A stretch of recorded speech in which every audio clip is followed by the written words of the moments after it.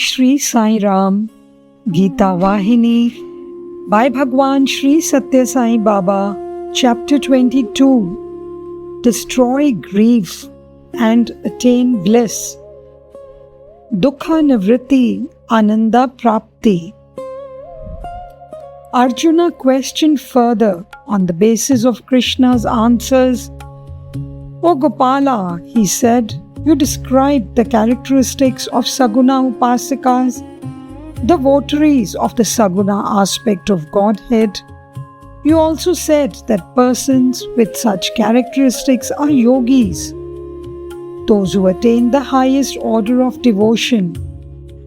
I am indeed full of joy that I came to know all this, but just as the Saguna votaries have these characteristics, the votaries of the attributeless Godhead, the Nirguna aspect, they too must have certain characteristics by which they can be recognized, is it not?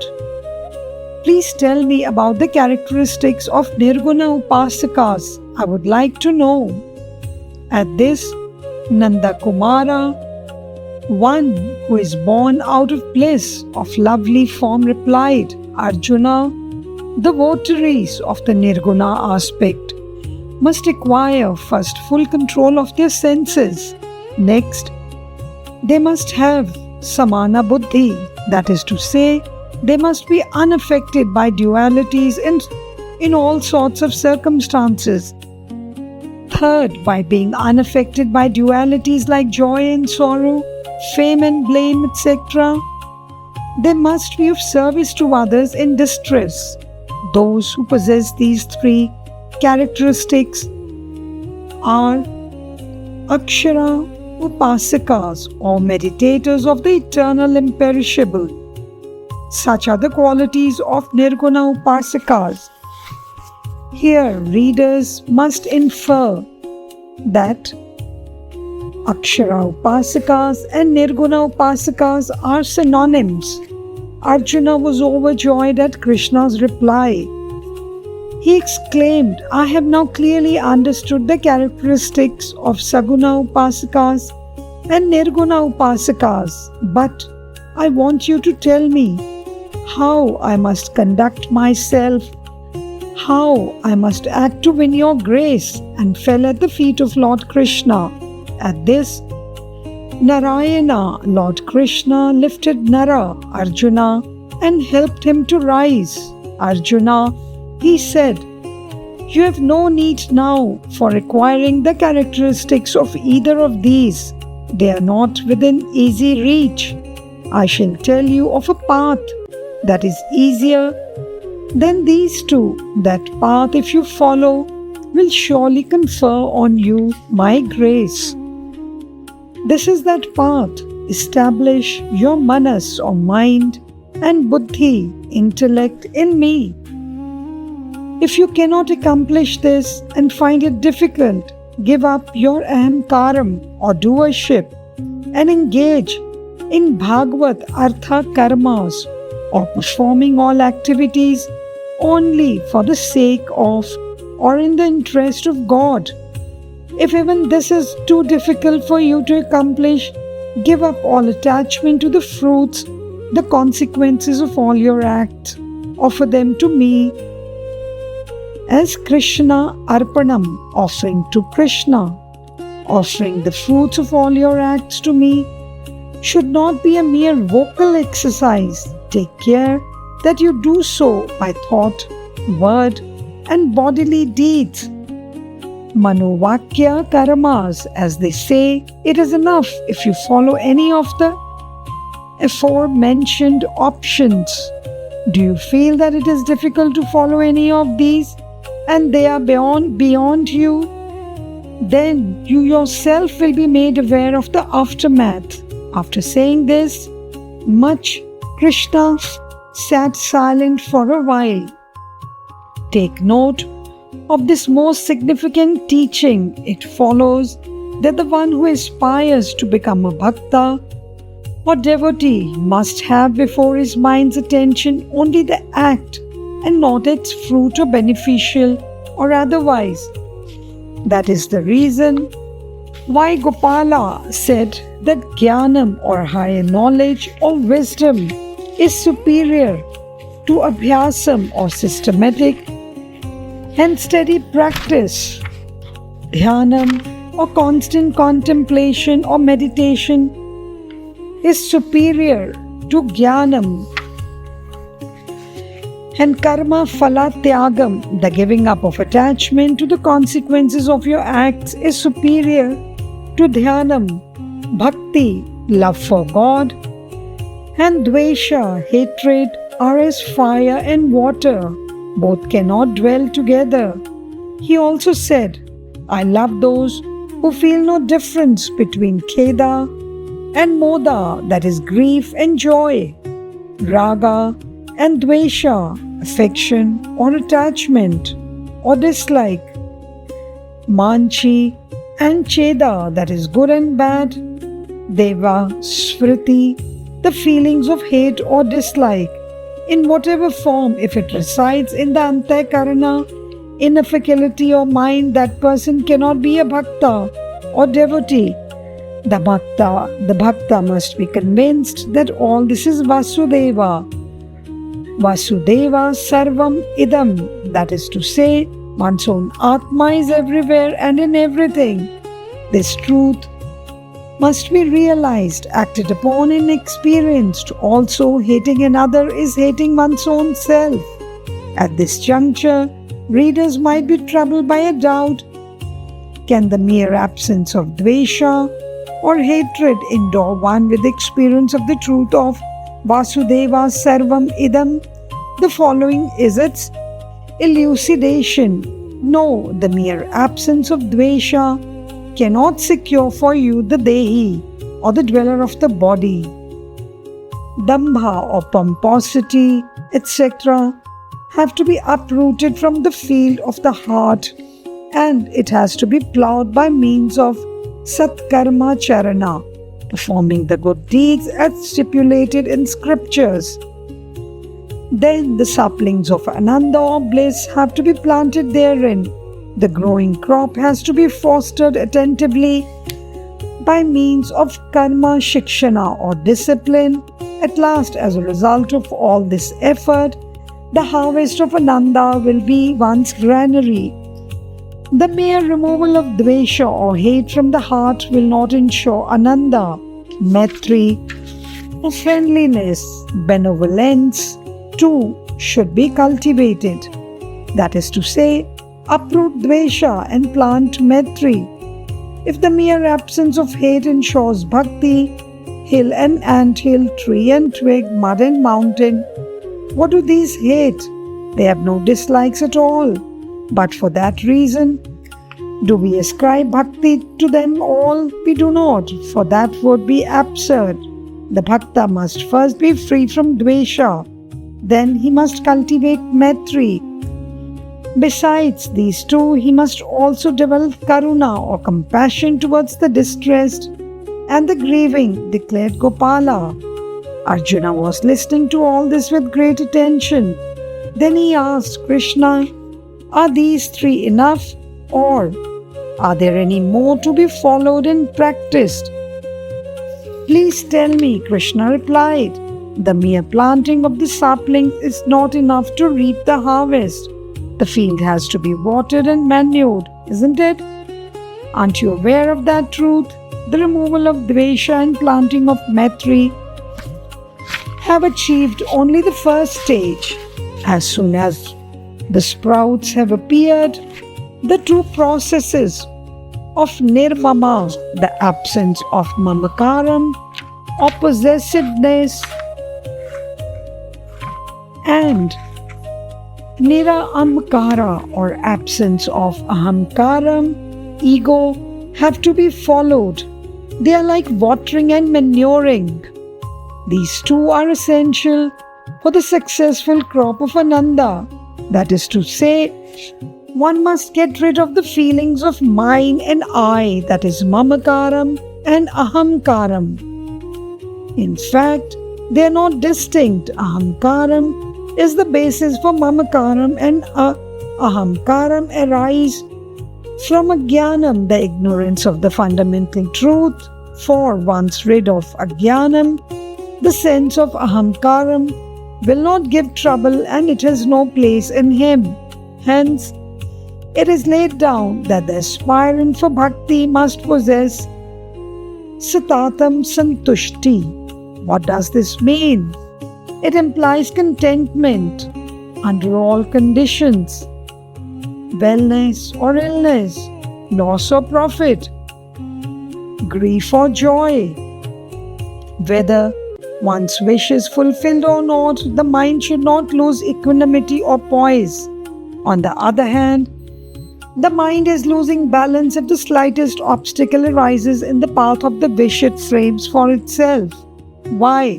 If the cup of coffee is not forthcoming in time, if you're missing 2 films in 1 week, if you could not squat before the radio, both in the morning and in the evening for long hours, if many such trifles are denied or disturbed, you feel overshadowed by discontent the whole time. This condition is far from Santushti. Santushti means exhibiting and experiencing the same level of tripti or contentment always, unaffected by the achievement or non-achievement of any wish, the happening or non-happening of any event. Paratha then asked, O Lord, you mention often of Prakriti and Purusha. I am eager to know what exactly is Prakriti. What are its characteristics? What exactly its nature? Krishna replied to this question in a simple, easily understandable manner. Arjuna, Prakriti has another name too. It is called Kshetra also. Prakriti and Kshetra are synonyms. Prakriti means this prapancha, universe, composed of 5 elements. There are 2 entities in this prapancha of Prakriti. One is inanimate, the Jada, and the other animate, the Chaitanyam. That is to say, one is the Drishyam or knower, and the other is Drishta, the object of knowledge. The knower is the Aham, the known is the Idam, the I and the this. Prakriti is associated with the vikaras of the gunas, sattva, rajas and tamas. That is the quality of purity, passion and quality of dullness or ignorance are the attributes of Prakriti that cause sukham and dukkham, that is joy and grief, and moham, attachment respectively. So also are the attributes of doer and enjoyer, kartavya and bhoktravya. Arjuna liked to continue his questions. So, Krishna said, my dear brother-in-law, you are eager to question again. Seizing the chance, Arjuna put in his query, Krishna, you have explained clearly the Prakriti Tattvam or the principle of the nature. Now, I wish very much to know what is meant by Purusha, what are the characteristics, what is the nature, etc. Arjuna, Krishna said, whether you call it Purusha or Kshetrajna or Jnanam, it is the same. Purusha is the Jiva and Prakriti is the Deham or the body. Purusha is the one who knows the body. The Deham or body has also a number of names, each have a significant meaning. It is Shariram because it is prone to disintegrate and decay. Deham because it is liable to be burnt. The Jiva, pure consciousness in association with or limited by individual ignorance, is that which activates the body and becomes aware of it. In all aspects, Arjuna was pestered by doubt at this answer, and so he started another series of questions. Krishna, how come this body, which is prone to disintegration, decay and liable to be burnt, be called Kshetra or field? Arjuna was indeed an intellectual? Krishna answered him. Krishna answered him with a great deal of patience. Krishna replied, Arjuna, it is through this very body that punya merit can be accumulated. Janmam or self-knowledge, jnanam or self-knowledge can be acquired, and finally moksham or liberation itself can be accomplished. As this is the repository of such Bhagavad Vibhutis or glorious divine powers, it is called Kshetra. Kshetra means an armor, Kavacham, for it protects and guards the jiva from harm. Another meaning is field, that is cropland, a meaning that is full of significance. Whatever seeds are sown or saplings are planted in the field, the harvest depends on their nature and quality. The body is the field, the jiva is the kshetra, palaka, the governor of the field and the crop. Sowing the seeds of meritorious deeds, one can reap joy and happiness. Sowing the seeds of sin, one can reap the harvest of grief and worry. Sowing the seeds of jnanam, one can garner the harvest of moksham or liberation from the bondage of birth and death. Just as the Rohit get to know all the aspects of the field, the Kshetrajna or the Jiva must know the Deha Tattvam or Kshetra. The only difference between Kshetra and Kshetrajna is the syllable Jana. It means Jnana, he who knows the knower. So, he who knows the field or the body, its excellences and deficiencies, he is the Kshetrajna. That which has no such knowledge, the inert material thing, that is the Kshetra. Krishna, Arjuna asked, of what benefit is it to know these two entities, Kshetra and Kshetrajna? Krishna said, my dear innocent brother-in-law, by inquiring and knowing about the nature of the Kshetra, one's grief will be permanently destroyed. That is dukkha nivritti. By knowing about the nature of the Kshetrajna, Ananda or everlasting bliss is acquired. That is Ananda Prapti. This accomplishment is also called moksham or liberation.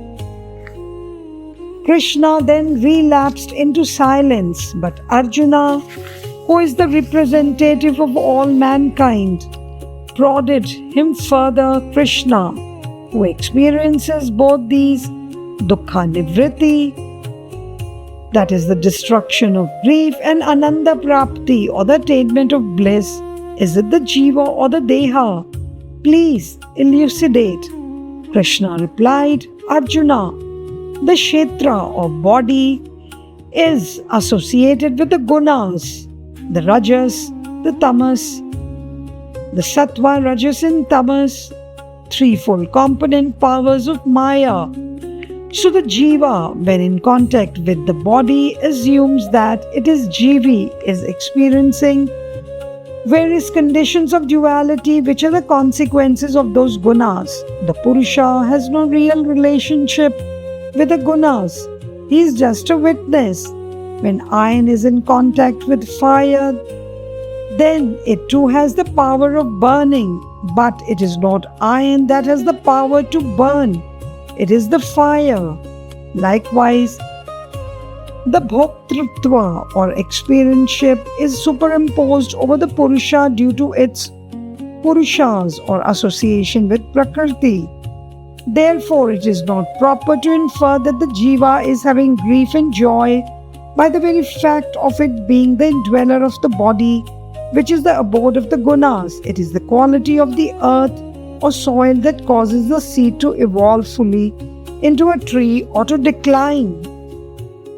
So also the seed of Jiva Tattvam grows and blossoms into Brahma Tattvam in the body, which is the earth principle. Just as manure and water are essential for the tree to fully evolve, Satyam, Shantam, Samam, truth, peace, and control of the internal instruments, that is the mind, and Dhammam, control of the external senses, are essential for the blossoming of the individual. The gunas, which Prakriti has, makes it assume multifarious forms. Think of this one point, then the whole problem will become clear. Man is happy at one point, miserable at another time. He is afraid one moment and courageous at another. Why? Because he is shaped so by the modifications of the gunas. Do you say no? Then how can you explain these changes? They alone can transform man from one phase to another like this. If the three gunas, sattva, rajas and tamas in man are equally balanced, then there will be no change in him at all. Instead, if they are out of balance, then Prakriti makes him assume many roles. The three gunas represent three different aspects. Rajoguna is the passion or the bond that brings about asha or desires. It creates anuragam, affection, and attachment towards the objective world that is seen. It breeds desire for worldly and heavenly pleasures. The tamoguna cannot grasp the reality, so it mistakes easily and takes the false to be true. It lands persons into the negligence and inertia by making them ignorant. It binds instead of releasing.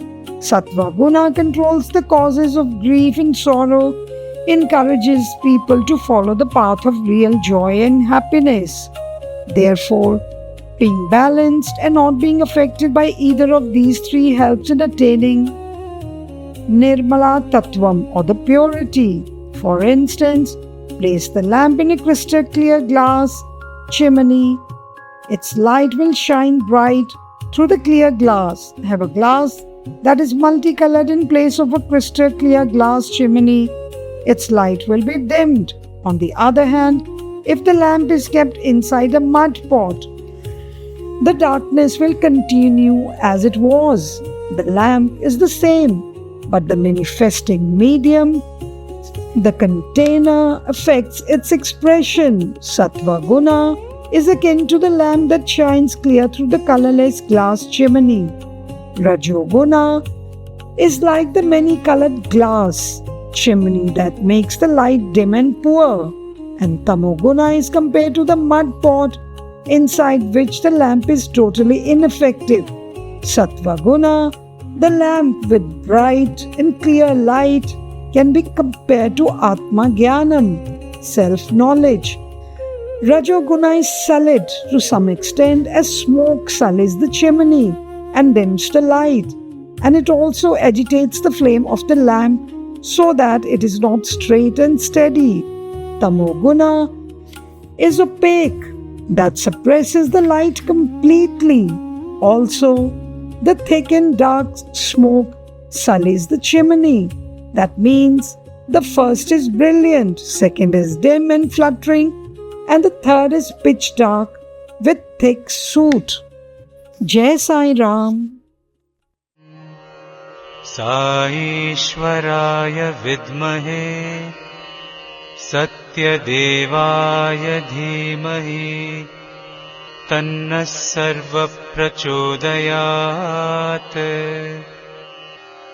ॐ साईश्वराय विद्महे सत्यदेवाय धीमहि तन्नः सर्वप्रचोदयात्।